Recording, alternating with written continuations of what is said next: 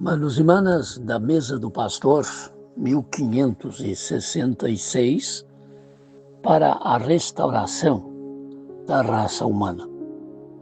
Toda a história da salvação, incluindo-se os episódios do pecado original, a promessa de redenção, a encarnação do Verbo, a crucificação, a ressurreição e o surgir dos novos céus e nova terra, habitados pelo que será a humanidade segundo os planos de Deus, tem a ver com a realidade extraordinária de Deus ter feito de Jesus Cristo o representante da humanidade no sentido mais completo e perfeito desta palavra.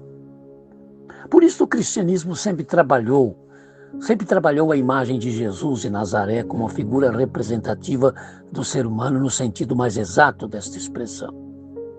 Com sua morte no Calvário e sua ressurreição, Jesus permitiu que se alcançasse algo que beneficiaria a humanidade como um todo, pois à medida que esta humanidade responde com fé a esta morte e ressurreição, por causa de Jesus, se torna possível toda uma nova situação para a raça humana, se dando o sentido total da afirmação de Deus no Éden, façamos o homem à nossa imagem e semelhança, afirmação que se liga ao que Paulo explicou quando escreveu: Deus tornou Jesus pecado por nós, aquele que não tinha pecado, para que nele nos tornássemos em justiça de Deus.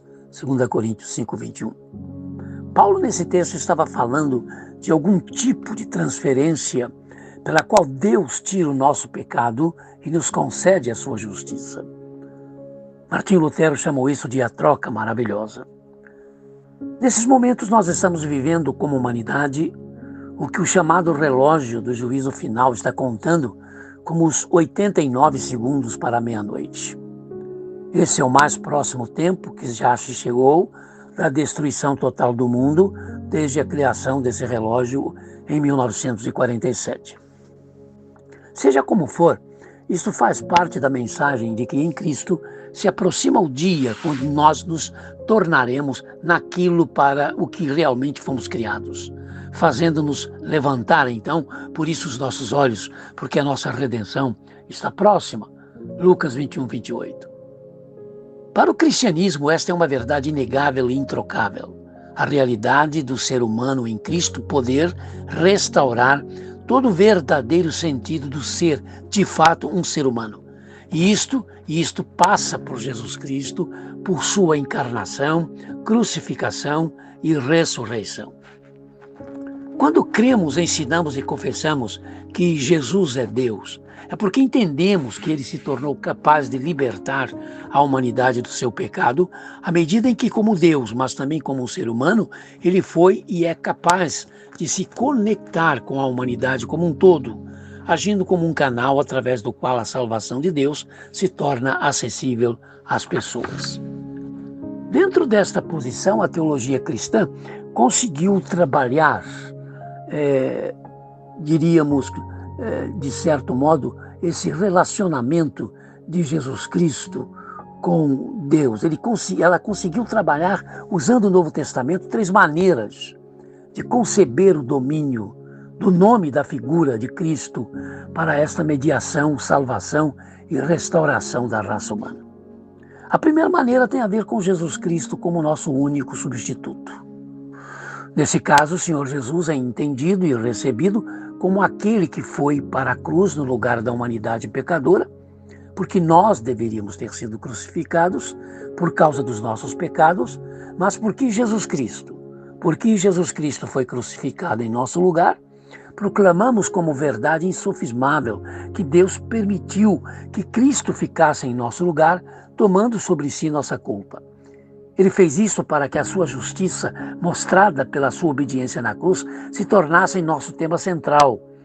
Ele tomou o nosso lugar, levando sobre si os nossos pecados e nos cobrindo com a sua justiça. A consciência de Jesus como nosso único substituto é sempre o melhor remédio contra o mal das ambições narcisistas, dos cultos à personalidade, ao poder financeiro e à fama. Essas são realidades muito comuns a um determinado segmento de pregadores e comunidades que até podem nos seduzir pela maneira intimista que se dirigem às pessoas, especialmente via internet. Se nas três maneiras de conceber o domínio do nome e da figura de Cristo para esta mediação, salvação e restauração da raça humana, a primeira delas tem a ver com Jesus Cristo como nosso único substituto, a segunda tem a ver com Cristo como nosso único representante, de fato. Nesta situação, o Senhor Jesus Cristo é para ser recebido como representante do pacto da humanidade que ganha os benefícios para aqueles que ele, Jesus, representa. Pela fé nele, Jesus Cristo, somos colocados dentro da aliança entre Deus e a humanidade. Tudo que Cristo ganhou para nós através da cruz está disponível para nós por causa da aliança feita conosco por meio dele e por causa dele. Se na antiga dispensação, conservando a doutrina judaica das duas eras, somente Deus entrou em uma aliança com seu povo Israel, Jesus Cristo então é quem entrou nesta nova e última dispensação ou era ou aliança com a sua igreja, o Israel de Deus hoje, marcando isto, definindo isto com a sua morte e a sua ressurreição. Ele, por sua obediência na cruz, representa o seu povo. Ele conquista os benefícios como seu representante. Mas se nas três maneiras de conceber o domínio do nome e da figura de Cristo para esta mediação, salvação e restauração da raça humana, a primeira delas tem a ver com Jesus Cristo como nosso único substituto e a segunda tem a ver com Jesus Cristo como nosso representante de fato, a terceira se estabelece na participação de Jesus Cristo em nossa vida, em nossa história.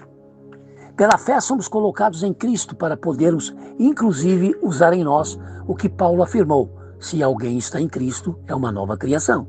2 Coríntios 5,17. Entendemos que o nosso relacionamento com o Senhor Jesus realmente ultrapassa a uma adesão, tem a ver com uma inserção. Nós nos envolvemos em sua pessoa e em sua realização, e assim compartilhamos todos os benefícios conquistados por ele através da cruz. Participar de Cristo nos leva a recebermos o perdão dos nossos pecados e a participação em sua justiça. A participação de Cristo na nossa vida é sempre um desafio à nossa missão de levar a libertação aos cativos do império das trevas. E o cativeiro é extenso. Adultério, sexo ilícito, drogas, vícios, abortos e a cada vez mais sedutora feitiçaria. Ela está presente com força na política, nas nossas novelas, nos filmes, no teatro, no carnaval. Afinal, sempre que há a busca pelos meios da magia e comunicação com os mortos, a feitiçaria, tenha o nome que tiver, vai estar presente. Sem nos abstermos de apoiar os direitos pela liberdade de cultos, não podemos, no entanto, desistir de lutarmos sem violência contra o que, rejeitando Jesus Cristo como nome único, absoluto dos seus cultos e devoções, acabam interferindo em nossas estruturas sociais, em nossas políticas e na vida religiosa. Porque Jesus Cristo participa em nós e conosco, é que somos a sua igreja. E só a sua igreja é que tem a mensagem e a autoridade de libertar, por causa de Jesus Cristo, uma vida, uma história, para restaurá-la e reintegrá-la a uma vida que possa ser chamada de normal. Mas não participando de Cristo e com Cristo no nosso dia a dia, perceberemos quão enormes há de ser sempre as lutas contra as formas antigas e contemporâneas do ocultismo e suas derivações. Pensemos nisto.